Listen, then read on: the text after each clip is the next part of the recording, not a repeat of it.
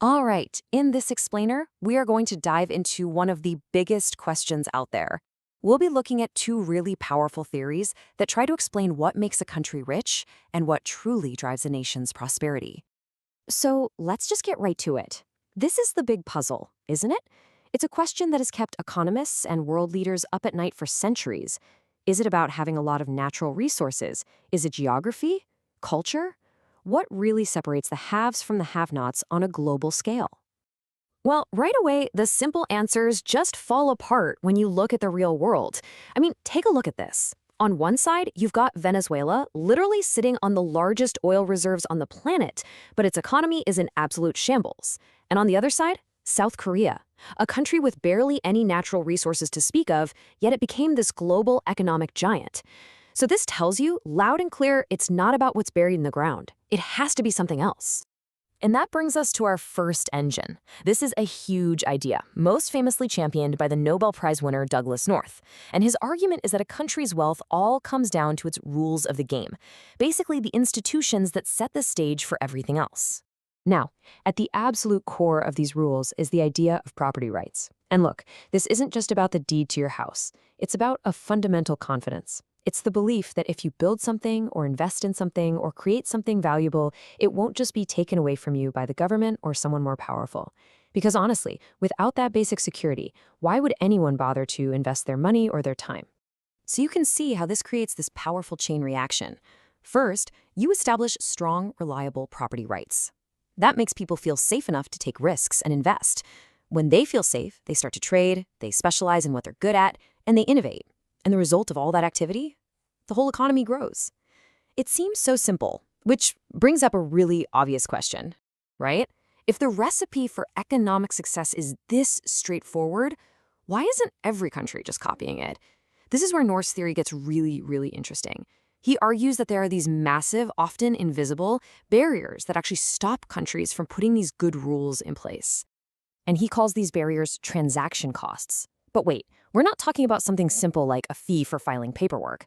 In this case, the most powerful transaction costs are political.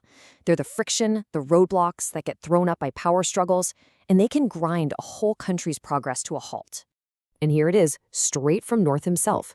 It's a pretty sobering thought, but it's crucial. He's saying that political systems are often naturally wired to create bad rules, because those bad rules might actually benefit the people in charge, even if it means the rest of the country stagnates.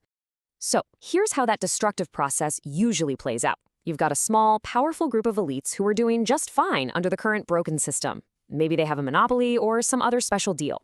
They then team up with politicians to form what North called a blocking coalition. Their whole goal is to protect their sweet deal, so they fight tooth and nail to stop any new, better rules that might threaten their privileged position. And the result? The wider economy goes nowhere, but the elites get to keep their power and wealth. And you know what? History gives us a perfect side-by-side example. Back in the 17th century, you had Spain. The king handed out monopolies to his buddies, and that elite group had zero interest in allowing any new innovations that might upset their cozy arrangement. Spain's economy went into a long decline. But at the very same time over in England, political changes put limits on the king's power. This opened up space for new businesses and new merchants to thrive, which created new markets and kickstarted incredible growth. Same time period, different rules, and completely different destinies. Okay, so fair rules are engine number one. Got it. But even with the best rules in the world, you still need people with the skills to actually play the game. And that brings us to the second engine of prosperity, knowledge capital. And this one challenges an idea we've held about education for a very long time. For decades, the playbook for developing countries was simple. Just get more kids in school and keep them there for longer, and your economy will automatically grow. It makes perfect sense on the surface, right? But researchers started looking at the data, and they realized, maybe that's not the whole story. And this chart shows you exactly why they started having doubts.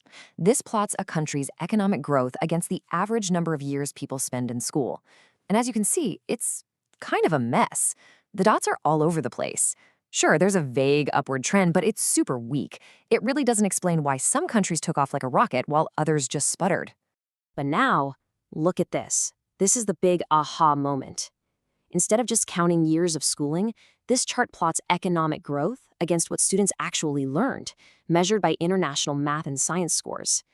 And all of a sudden, boom, The mess is gone. You see this incredibly strong, tight line. It's crystal clear. The more a country's population learns, the faster its economy grows. It's that simple. And this final graph just hammers the point home.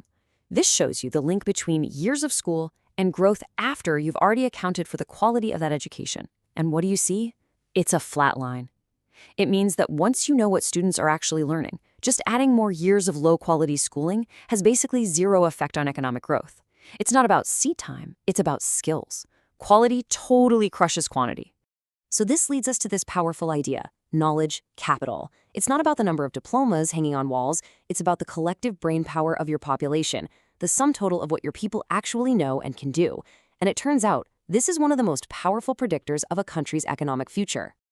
Just how powerful? The numbers are pretty staggering.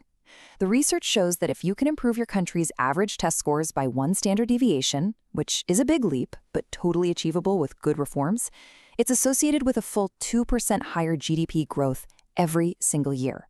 And over a few decades, an extra 2% a year is the difference between being a poor country and a rich one.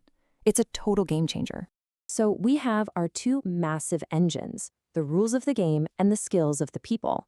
But here's the key. They don't work in isolation. The real magic, the real takeoff, happens when you get them working together. I mean, just think about it. What good is it having a nation full of brilliant engineers and entrepreneurs if the rules make it impossible to start a company or protect your new invention? And on the flip side, what good are perfect, fair rules if nobody has the skills to innovate or build or compete in a modern economy? You absolutely have to have both. And this right here, this is the winning combination. Fair rules create that stable, predictable world where people know that if they work hard, they'll be rewarded. Then you have skilled people who take advantage of that stable environment to create, to build, to solve problems. And this sparks a virtuous cycle, this amazing upward spiral. Success breeds more investment in skills, which leads to more innovation, which fuels even more growth. And the potential payoff here is just off the charts. Look at this. This shows the potential boost to a country's future GDP just by getting all of its students up to a basic level of skill. For lower-income countries, we're talking about a 13% larger economy in the long run. That is life-changing. Even for the wealthiest countries, there's still a solid 3% boost. Investing in knowledge capital pays off, big time, for everyone. So this is what it all boils down to. This is the ultimate challenge. It's not enough to just focus on political reform, and it's not enough to just focus on building schools. The real question, the multi-trillion-dollar question, is how a society can manage to do both at the same time, how to create fair rules and build brilliant minds. Whoever figures that out has found the true path to prosperity.